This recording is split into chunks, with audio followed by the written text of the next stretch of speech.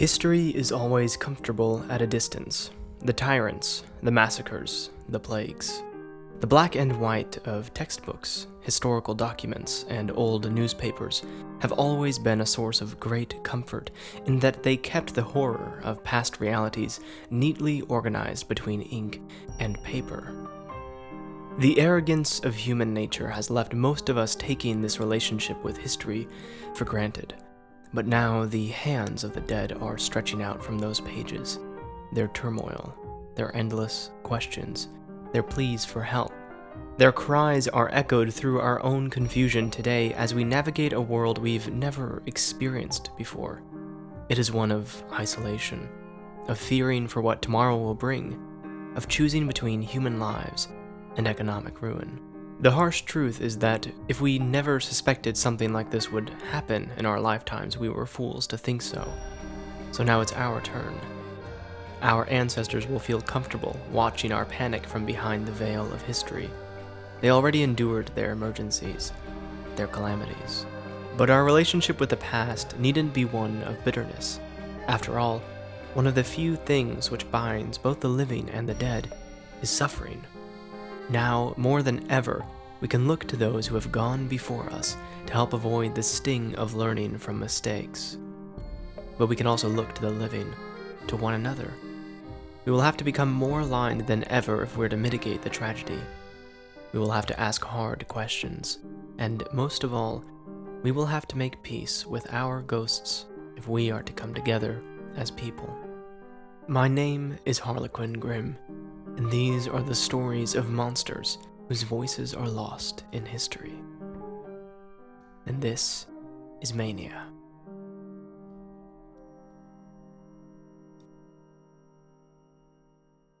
Spiritualism is one of the many strange gems which arose out of the 1800s. It was a religious movement based on the belief that the spirits of the dead persist after death. But where spiritualism differs from most other beliefs concerning the survival of a soul is that it claimed such spirits had the ability to communicate with the living. The spirit world, as viewed by spiritualists, was not a static place. It was one where spirits continue to thrive and even ascend through a series of levels where greater forms of knowledge could be attained. This also gave spiritualists a motive for contacting spirits. Aside from being a gossip-worthy dinner party trick. They believed they harbored useful information about moral, ethical issues, as well as the nature of reality, even God. Information and insight that mere humans would rarely, if ever, obtain alone. This movement aches of a kind of desperation, a continuous, low melancholy for the brevity of life. Many convictions regarding the afterlife come from a desire to grasp what is beyond human understanding. In essence, when calling upon death for answers, there is nothing more unsettling than hearing nothing whispered back. Spiritualists considered their belief a science. Through mediums, seances, rituals, and persistent efforts to speak with the dead, they truly thought they were calling upon the souls in an afterlife, but instead of silence, what they were hearing back were answers. Instead of leaning on a Bible or ancient scripture as the foundation of their faith, they pursued constant communication with ghosts. The imagery here is incredible. Instead of cleansing their spaces, pushing away paranormal entities, these individuals would strain their mental faculties to hear even the lowest murmurs from phantoms they specifically invited into their homes. This appears to be yet another manifestation of that itching desire to solve the problem of death. And there were few individuals who encapsulated this better than Thomas Lynn Bradford.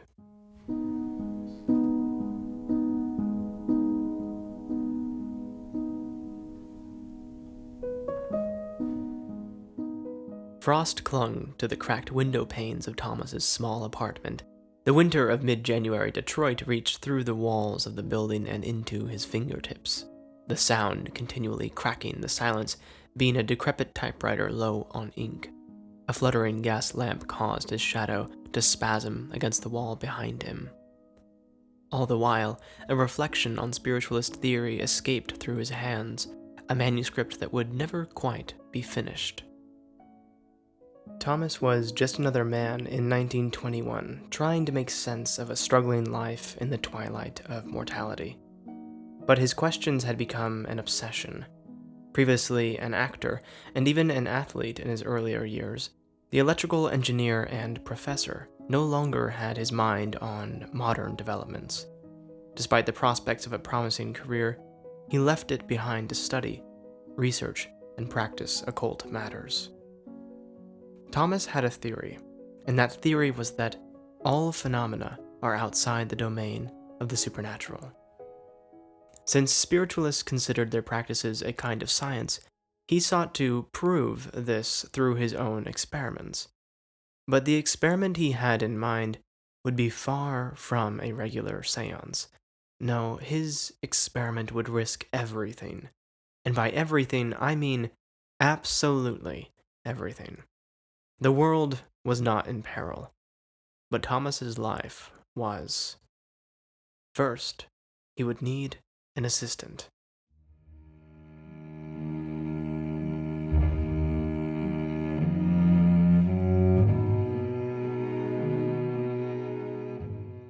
Ruth Starkweather-Doran was around 40 years old, from a prominent Detroit family, when one morning an ad in the daily paper piqued her interest.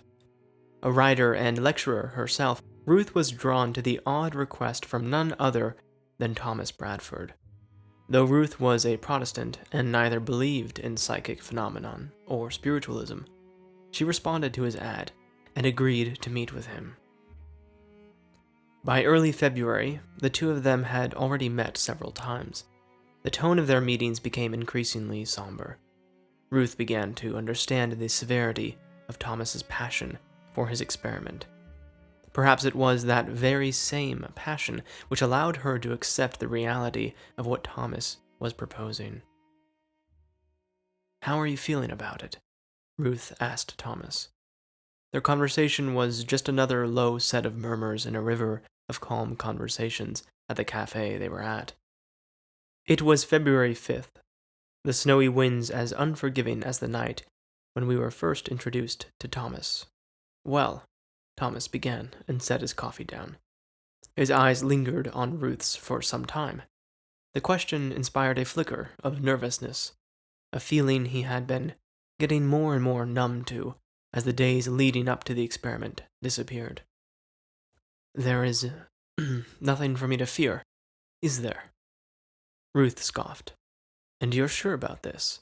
"More certain than I have ever been about anything in my life," he lied.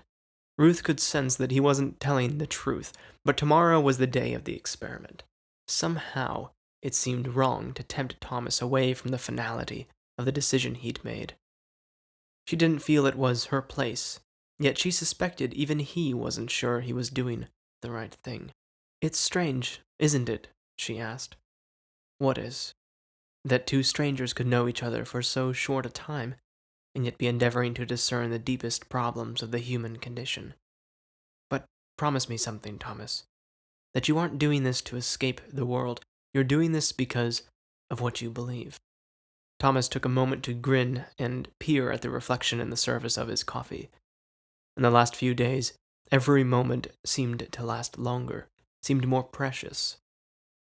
"Do I sound like somebody who wants to escape the world?" "I'm doing this because I want to see what's hiding beneath it. On the contrary, I am fascinated by this world." "But you are so young," she replied. "Isn't there more you'd like to experience here, with your life now?" "There is nothing but this." "Thank you again for your discretion and compassion, but I think I better be off. There are some preparations to attend to." Ruth reached up and gently tugged on the cuff of his sleeve as the professor stood to leave. "How will I get into contact with you after it?" "I've already written a list of directions. They will be mailed to you prior to the event. Until then, this will not be our last meeting. At least, not in this fashion."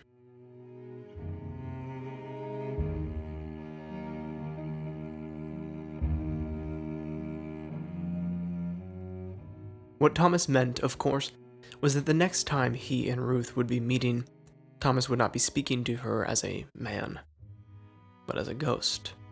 Out in the biting winds, he hunched his shoulders and tucked the lower half of his face into his scarf as he walked back to his apartment. His pockets were light, the 5 cents which jingled in them being a large portion, if not the only portion, of all the money left to his name. Briefly, he regretted not leaving it as a tip to the staff that waited on him, even considered turning around to do so. Then he stopped amidst the snowfall, in the center of clamoring workers and carriages rushing back to the warmth of their homes. His chaotic thoughts at once seemed utterly frivolous, and all other responsibilities a man might carry beneath his name, lighter than a feather, as he relinquished all but one. He unwrapped the scarf around his neck and relaxed his shoulders. The wind embraced his open skin, a freezing caress. He closed his eyes and breathed deeply. Beneath a sky thick with black smoke, flurried with snow colored like embers from a nearby street lamp, Thomas felt a solemn peace few men feel at that age, the peace of being certain of one's death. He spent that evening as he had spent many others. The words appearing above his typewriter became more and more faded as the inkwell dwindled, and in spite of his fingers pressing each key with great intention, beside him, the growing pile of his manuscript would remain unfinished forever. Yet he must have been content to see the project incomplete, facing the colossal decision of ending his own life that very evening.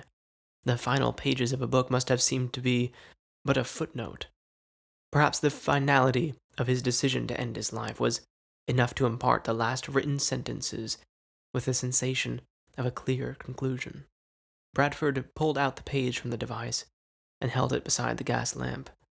The final paragraph read, "Through spiritualism, the world will be reclaimed. Sin will be vanquished, suffering will end.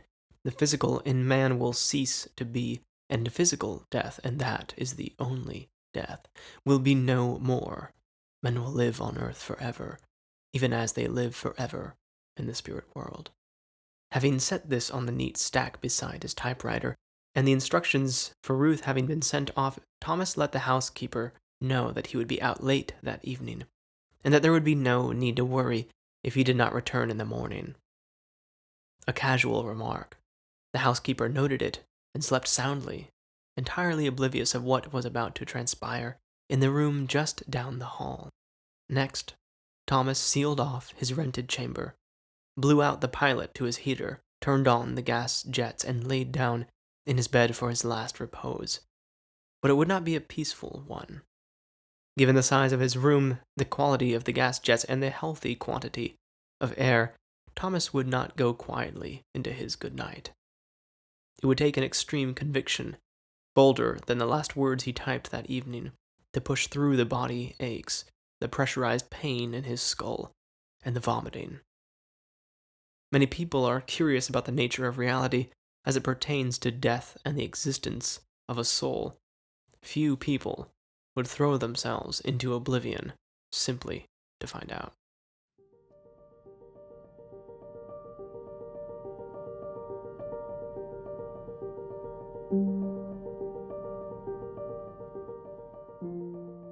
To him, the experiment had only just truly begun. But for his body, and for many who knew him, his final chapter had already been written. In the days following his suicide, word of the experiment spread. Death grants fame to many people who never knew it in life, and Thomas was one of these benefactors. A day later, Ruth and a congregation of spiritualist leaders gathered around the parlor in her home to await Thomas's message from the spirit world. But Thomas's spirit was weak and still adjusting to its new life outside of the mortal plane. Moreover, it left its shell in a state of self-destruction, and those wounds had cut deep. A fortnight of vigils would take place. Crowded living rooms would have furniture moved to allocate enough space for the gatherings. Spiritualists would stare at Ruth in anticipation as she sat with a pen and paper, eyes closed in deep concentration, searching for a whisper or any telltale sign of Thomas's spirit. Their shadows fluttered like moths about the room, brought to life by candlelight and anxious stares. For most of them, this was not a time of fear or unease in approaching the dead, but one of immense excitement and even impatience. Indeed, the only unsettling atmosphere in the room would be felt by outsiders. The parlor of Ruth's home would need no demon or visitation to make the air terrifying to stand in. All one would need in order to feel a chill is tap into that realization that, for the congregation, this was not a cause for mourning, but for celebration. The excitement was electrifying. Once the community had been made aware, mediums across the city participated in their own vigils, annoyed that a dilettante such as Ruth would be picked for such a colossal event. Across the city on February 9th, 3 days following Thomas's death, another spiritualist by the name of Lulu Mack sat in the rhythmic ticking of a grandfather clock. The contours of her face were deepened by the candlelight on the table before her. Her palms spread out against the polished oak, while the house creaked in the wind. Then she felt the prickling, the hairs on her neck raising. These chills raced through her arms and skipped along her back, arriving at an almost painful climax of tension at the top of her head. Her heart beat with the assurance that she'd made contact with something in the room, or rather, that something had made contact with her. "Thomas Bradford," a voice said. "Thomas Bradford." It scuttled through her ears in broken whispers. It stood in every corner, crouched on every darkened surface. She daren't open her eyes, only listen to the visitor until the repetition ceased. At the end of the seance, she got into contact with a reverend medium, asking who Thomas Bradford might be. "Bradford is not dead," she explained, after showing her a recent article in the paper regarding his experiment. "He is absent only in a physical way.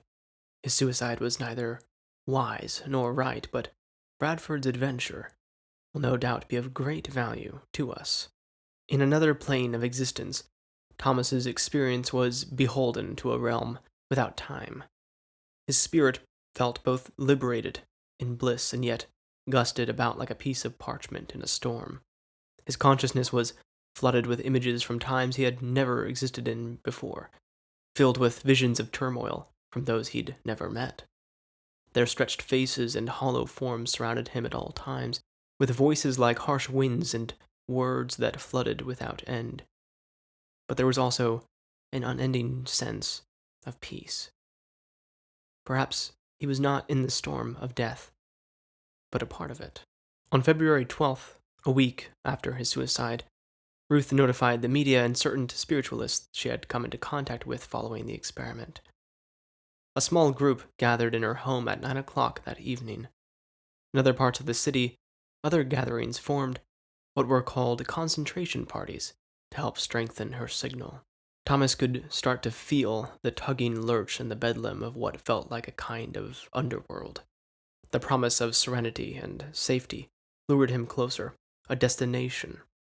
Through the whirling darkness of the afterlife, the silhouetted outline of a home with glowing windows stood like a single solitary lantern sitting in utter blackness. Ruth sensed something shifting in the air of her house. "Turn off the lights," she ordered. Her brows tensed. As some in the gathering went about dousing candles and dimming lanterns, a crash issued from the rooms above, followed by harried thumping, like a man stumbling down the stairs. Several around Ruth took steps back. Ignoring her racing heart, Ruth said, "Close your eyes." Those who disobeyed saw the subtle stirring of a tortured form, expressions of Thomas in his death throes as he struggled to right himself beside Ruth. The apparition would appear behind her, then beneath the ceiling, only to disappear and manifest once more, his trembling mouth beside somebody's ear. A clock on a nearby desk shook in place, the glass screeching as if nails were being dragged across it.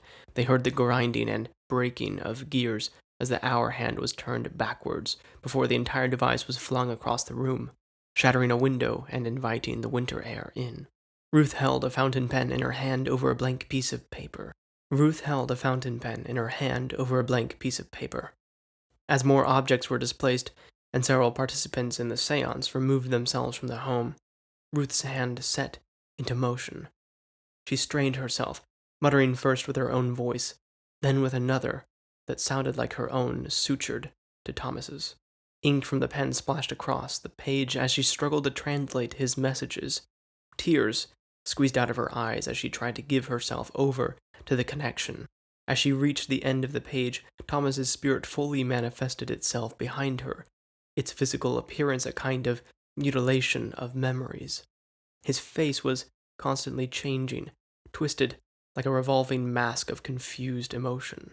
A man in the congregation stumbled backwards, having opened his eyes against Ruth's order, and fell unconscious upon the floor. Another crash issued from somewhere inside the room. Then the table, what had been shaking all the while, jerked several inches into the air before crashing down on the floor with a deafening crack. What was said next was heard by everybody in the room. It seemed to come from the center of it all, as loud as the slamming of the table. A single word. Goodbye.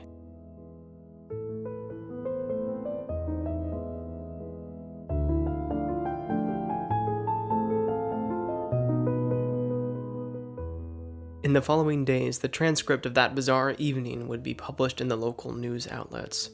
Here is what Ruth heard that night. I am the professor who speaks to you from the beyond. I have broken through the veil. The help of the living has greatly assisted me. I simply went to sleep.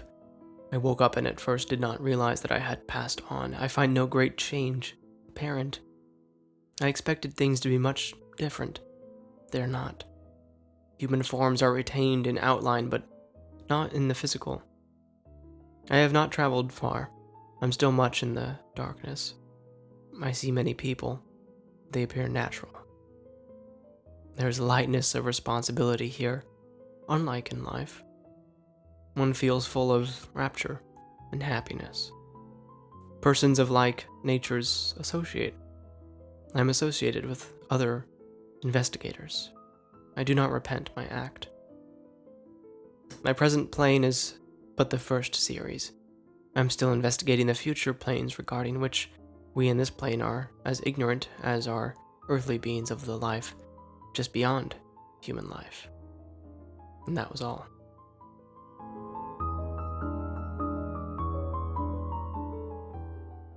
After those words had been said, as fickle as a gust of wind, Thomas's spirit had left.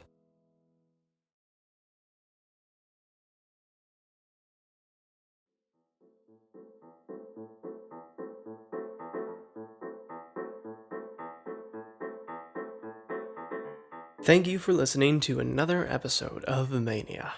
Before we dig into the history behind the story, I'd love to give everyone an opportunity to enjoy a free audiobook on the house.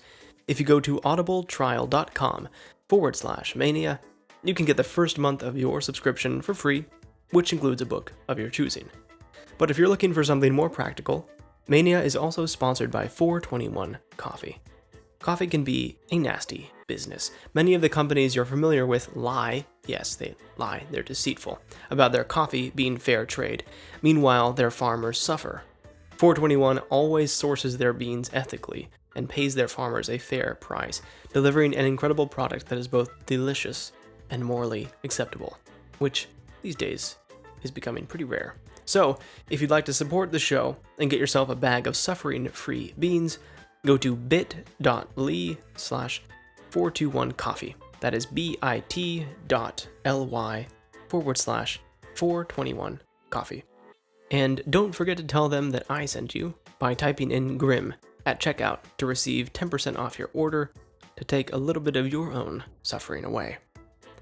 Now, let's get back to the theater.